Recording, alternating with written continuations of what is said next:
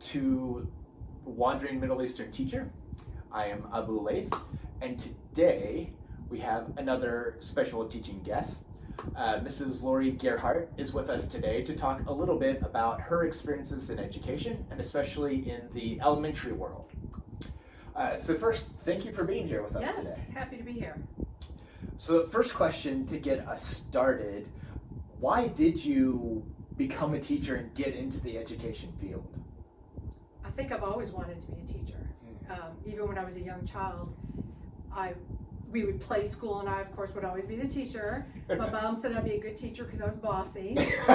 So I love learning, even still. I enjoy learning.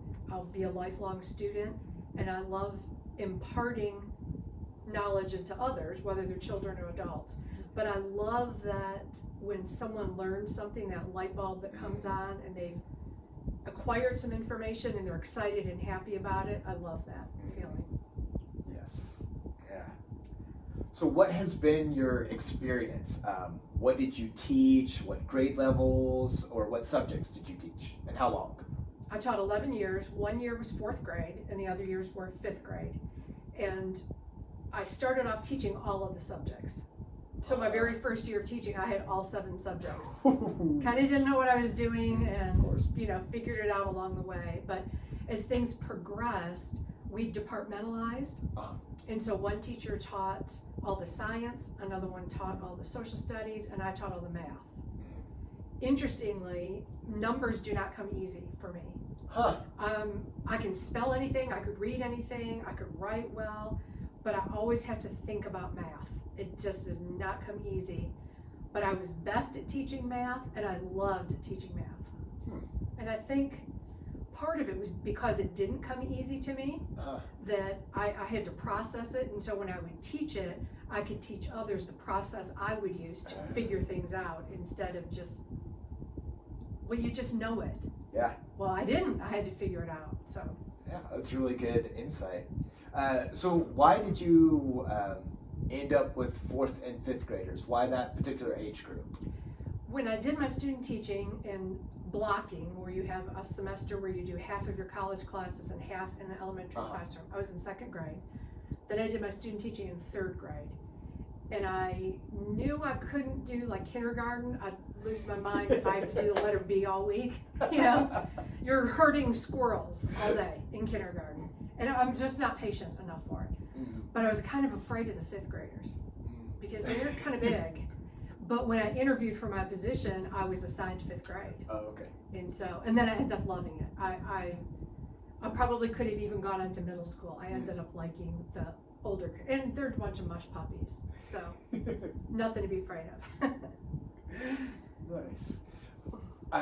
So over your time, you probably had several student teachers or interacted with new teachers. What was kind of the advice you would give those just starting out in the field? I did often have student teachers. Interestingly, at the end of the student teacher's time in my classroom, I would have my students write some advice to the student teacher and say, okay, she's going to be a teacher, and what is one piece of advice? And don't say something like give an hour recess. Be thoughtful and something serious. What will make her a really good teacher? And it was nice to hear a lot of the kids would say, well, do it just like Miss Gearhart did, which was always sweet. But the real advice, every year, almost every child would say, be strict. Which was surprising, because you would think it would be just the opposite. But the children, even if they don't act like it, they strive for and feel comfortable with consistency. What are the rules today? Those will be the same rules tomorrow and next week. What am I allowed to do or required to do? And it doesn't change. Because where I taught, a lot of them didn't have that consistency at home. Everything was always just up in the air. Are you at mom's this weekend? Are you at dad's? Or is grandma watching you? And so to come in every day and it was the same, the consistency was there. And so while I was always a lot of fun, I was strict. No means no. We do work. We're gonna have playtime. We're gonna have a big time. But we do our work first. So I would say, you eat your dinner before you eat your dessert. We're gonna have dessert. It's gonna be a really good one, but you gotta eat your dinner first. So interestingly, they'd always said that. And then I had a couple little things that I learned, I guess tips for understanding. One of them was, as you explain a concept, as you explain it, to ensure understanding, I would tell the students, okay, now you explain it to your neighbor. And so I would turn, as a student, I would turn to you and I would explain what the teacher just said, and then you would explain back to me. Because what I've discovered is there's a big difference between being familiar with something and knowing something. And so I would ask the children about, I would use our school secretary as an example. How many of you know Miss So-and-so? Oh yeah, they all raise their hand, they all know her. Okay, well, does she live in a house or apartment? Well, I don't know. Does she have a dog? Well, I don't know. What's her favorite color? Well, I don't know. And so through all those questions, they would realize they don't really know her. They're familiar with her. And so that concept applies to every classroom concept. You have to know it, not just be familiar with it. And you discover the parts that you don't know when you try to explain it to someone else. Yes. The part that you got tripped up on explaining is the part you don't completely understand. So that would help them articulate what they didn't understand, because sometimes they say, well, I don't get it, which is the words every teacher cringes at. And then our stupid response is, well, what part don't you get? Well, I don't get any of it. So that helped me understand what they didn't get, and that helped them articulate the part they didn't get, the parts they couldn't explain to each other. So another thing that I learned was anytime I gave an assignment, especially in math, but even in language arts, but especially in math, is that once we did all the instruction and practice and then they had their independent work, I want you to do one problem and then I want to see it before you continue. Because what would happen is that you do the first one wrong, then you do the next 20 wrong, and you've ingrained that. Now I have to unlearn all that from you. And so it was always, you do the first problem, and before you do anything, I need to see it. And then I could see, of course you have to show your work, then I could see where did you make your mistake, and I know how to help you. And then once you did the first one right, and I'm confident, then it's like, okay, if it was a little iffy, I would say do your second one, and then bring it up to me before you do your next one. That, for me, especially in math, was really game changing. That was a big help for me once I figured that out. Yeah, that makes a lot of sense. When I was teaching, I used a lot, I was teaching high school, and when we were doing writing, we used a lot of the MAL idea, model, assist, watch, leave. And it's the same kind of idea, like you teach them something, you let them practice, but you're close by monitoring what's going on before they get too far down the process. Right. And then gradually they get more independence once they kind of get the feel. Yeah, I really like that idea. Yeah, that was a game changer for me. You mentioned that a lot of your students may be from chaotic backgrounds or home lives or a bit unstable. How did you find that influenced how you needed to teach them? It was a game changer because I couldn't trust that they could go home and have help, because sometimes the parents weren't involved. Many times, even though it was 5th grade, the parents didn't know the material. And so there were times where I stayed after school with parents to show them what we were doing in class. Or there were a couple times some parents came in during my math class to watch me teach so that they could learn, and then they could help their student. And so one in particular, the father, I was teaching probability. The father had never even heard of it. He had no understanding, but he wanted to help. And so he came after school, and I stayed after school, and I went through all of probability. And so when his son took the test, he got an A, and I wrote his dad's name next to it. I put an A on there too, because part of the reason he got an A was because Daddy was there learning it too. So it all fell on me. It wasn't like I could give the assignment. If you don't understand, your parents can help you at home. Right. There was, for the most part, there really wasn't help at home. So if you didn't get it one way, it was up to me to come up with another way to explain it so that you were going to understand it.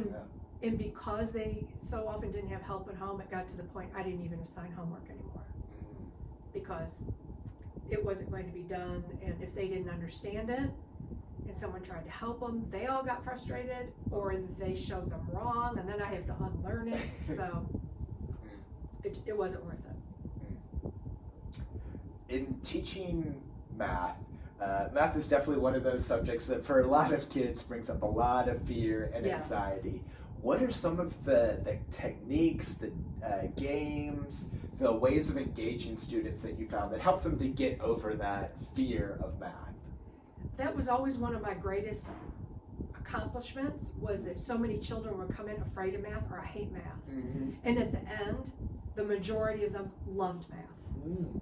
And one of the differences, one of the things that I did, we did a lot of hands-on, and that's my master's degree was to become a K through 8 math specialist.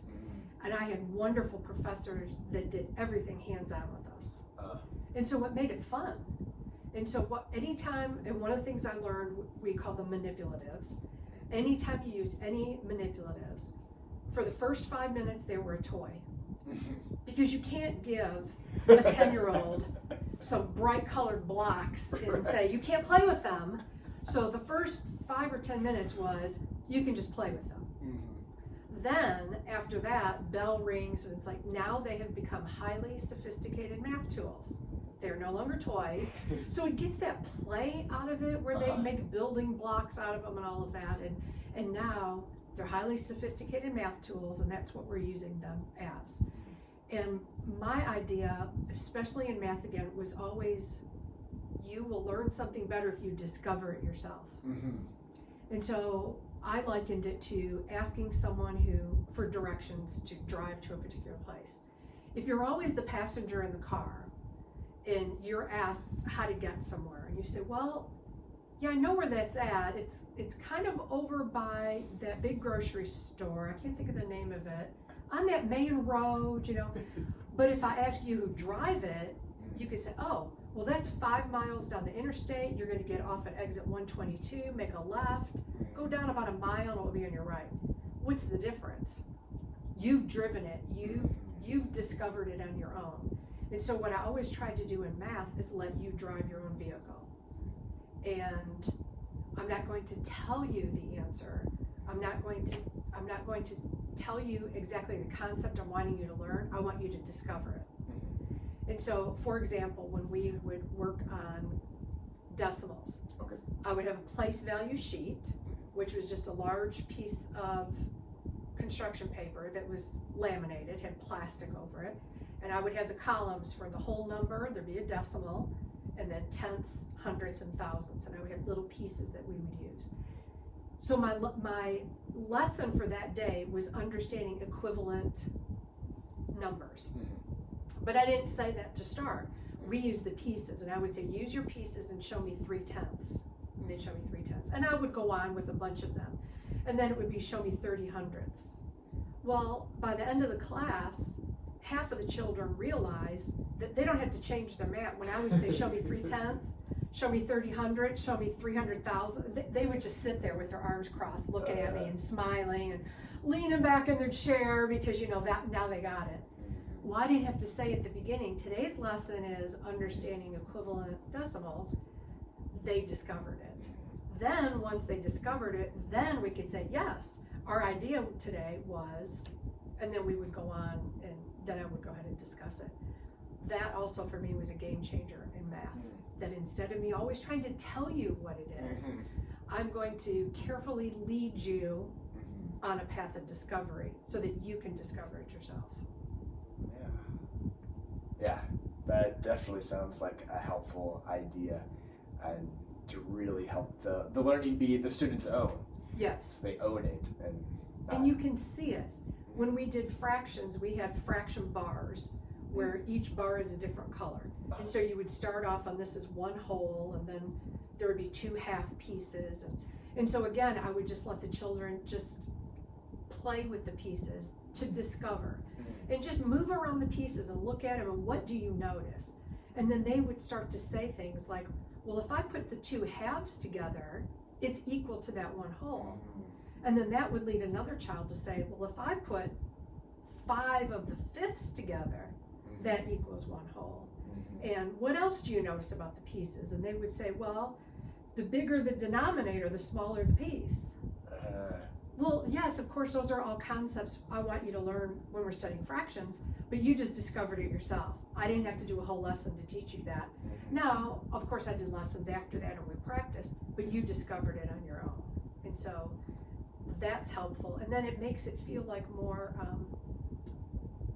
you take more ownership of the learning, and then you're so proud of yourself that you figured it out. Yeah. You know, that I figured it out. And I would always, it was always high praise. If you got in the right answer, you rock in math. You absolutely rock in math. Because they're so often told they're not good at math, they're afraid of math. People have no problem sharing, oh, I was never good at math in school. They have no problem sharing it, but they'll never say, oh, I was a lousy reader in school. There's like a shame to say you weren't good at reading, but it's okay to not be good at math. Well, you are good at math. You rock in math. Well, you can do this. Yeah, I feel like for the students I taught, like that element of encouragement, praise makes so much difference. You can tell the students who have maybe had some teachers in the past who have put them down, and they're kind of beat up, and like you can see it on their face. And when they just hear just a little bit, it doesn't really take that much of praise, the difference it makes in their life. Oh, you can see it on the look on their face, and they just, sit up straighter in their chair. And they're just so proud of themselves, and which they should be, because you did get the right answer, and you worked it out, and you did discover it. So yeah, that is good. Next question I want to ask. So you taught for 11 years. The statistics these days are most teachers, I think it's 50%, don't last beyond 3 years of teaching. So what are some of the things that helped you keep going in education or cope with the stress of it? I cried. You had those days? I cried. Yeah, you all did, where it's like, can you watch my class for a minute? And you just step out, and really, you did. Yeah. And I think just owning that and recognizing that that's going to happen, you are, if you think of as a parent, if those of you that have children, how frustrated you get, and that's your own child. Now you've got one that's not your child, and you get 25 of them that are driving you absolutely bonkers. And so yeah, there are those times. I would think probably going to the very beginning, I went into teaching because it was my passion. And I always say it was the hardest job I ever loved. It's a very difficult job, but I was passionate about it. Still I'm passionate about teaching. Some people get into it because they don't know what else to do, or because it fits their children's schedule. Well, I'll be off when my children are off. I don't think you're going to be a very good teacher that way. And I think you're going to get very frustrated and burnt out very quickly because it's not your passion. And you do get tired. You really do get tired. I know it helps for some. I always taught, the 1 year I taught 4th grade, but predominantly that's almost the same as 5th grade. And the other years were 5th grade. But I know it really helps some teachers to go to a different grade because you get so used to teaching that one grade and you do it the same and you get kind of bored with it yourself. You're not really challenged anymore. So switch to a different grade that's far enough away from yours that will cause you to discover new things and get you excited about teaching again. Yeah. Because you can get bored doing the same thing over and over again. Right. And like you said at the very beginning, that as a teacher, you have a personality or a desire to be a lifelong learner. Yes. Even if like you can't change grade levels, but doing observations in other teachers' classrooms or reading books, always looking for more ideas, so you don't get bored or get stuck where you're beating your head against the wall with the same problems and you don't have any new solutions, new creativity. Yeah. That's a great idea, observing in other classrooms. And I did that because part of my master's degree required I do that. But that was very interesting to see how other teachers related to their class. And you learn two things, and I would teach my student teachers this too. You're going to learn things to do, and you're going to learn things not to do by observing. But be careful, because most of the things I said, I would never do that. When I was a student teacher, probably within the first month I did all. So be a little careful about that, but you'll learn both. And even future observation, you'll learn both. That, that's a really good thing. I like how he does that. That's something I can incorporate in my classroom. So that's helpful. Teacher observation is helpful. Yeah, I think there's definitely also an element of humility necessary for teaching, that at the beginning it's maybe easier in student teaching to feel like you got this, you Yes. understand what's supposed to happen, but very quickly it's torn away, or you're exposed that you have no idea what's going on. That's exactly right, because you had a really great lesson. It was really good, and you went through the whole thing, and you're so proud of yourself, and you look out, and it's just, they didn't get it. You can tell by the look on their face. And it's like, but I worked really hard on that. It was a really good lesson. And yeah, you'll be humbled very quickly. Because children are honest too, and they'll just outright tell you, well, that didn't make sense, or that wasn't a very good lesson. Okay, well, thank you for that. Yeah. And a last question to get into, what are some of your specific memorable moments from teaching, where you felt like, this is why I got into it, or where you could really see the difference you made in a child? And then after that, what are some of the kind of worst moments? But I won't mention any names. Right, of course. Yes. Protect the innocent. Yes. Or guilty. Yes. The best were in the classroom when the children really, especially in math, because again, I taught 3 different 5th grade classes of math. And because so many children were not confident in math, that when they got it and when they loved it, that was such a feeling of accomplishment, that you can learn math. They're just numbers. There's nothing to be afraid of. There are rules that apply, and they're consistent. They're not going to change. 2 + 2 is always going to equal 4, and that understanding was always great. And then after my students left and went on to middle school and high school, to hear back from them, to get invited to their high school graduations or weddings, or I would get Facebook messages thanking me for teaching them. One of the things I did after our standardized testings were over, and then I could kind of do what I wanted to do, I would always teach them how to make change. Because I had a student who worked with her mother in a little store, and because her mother didn't speak English, she had to do the money and didn't know how to make change. And so we met early in the mornings for a couple weeks, and I taught her how to make change. And I thought, this is helpful to everyone. And so I got some play money that looked like real money, and everybody had their own bag, and I would make them set it up like a cash drawer, because every cash drawer is set up the exact same way.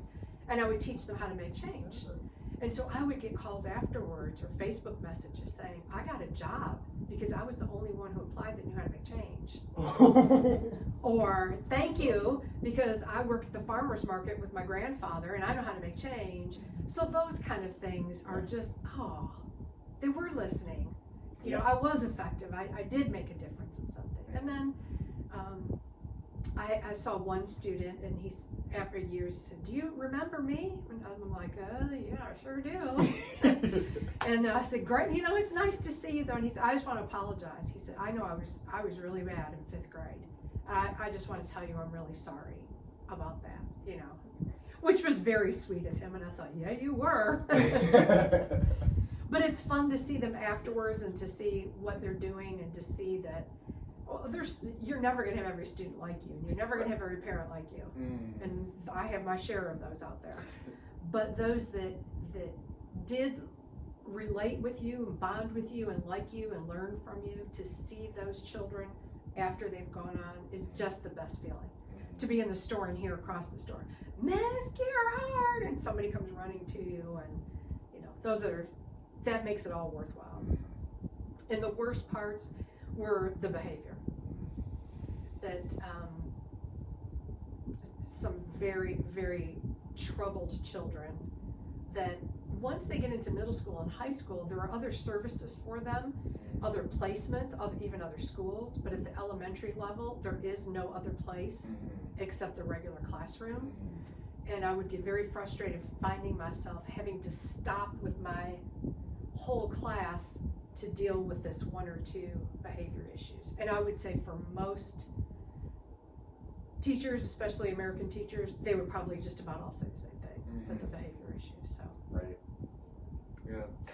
Knowing my experience, like that, the 2 years of teaching the Middle East, that absolutely added more stress than anything else. Yes. I would spend so much time on lesson plans, like, oh, it's going to be so interactive, they will love it. And then my fifth period class found a way to kind of ruin all my plans. Or ruin your groups. You have these great ideas for group activities, and we're going to do this science experiment in a group, and then this one, loses his ever-living mind and ruins it for everyone. And that was frustrating. It was frustrating for me as a teacher, but it was most frustrating for the children that wanted to learn, that doing what they're supposed to, they want to learn. And I can't do the lesson with them because this one's ruined it for everyone. And so that was always the most frustrating part. Well, thank you so much for sharing advice, wisdom, things that you learned over the years. Happy to. And thank you also for joining us today. And stay tuned for next time. We'll have another teacher sharing their experience somewhere in the world. Thank you. This is the Wandering Middle Eastern Teacher out. See you next time. Bye. Bye.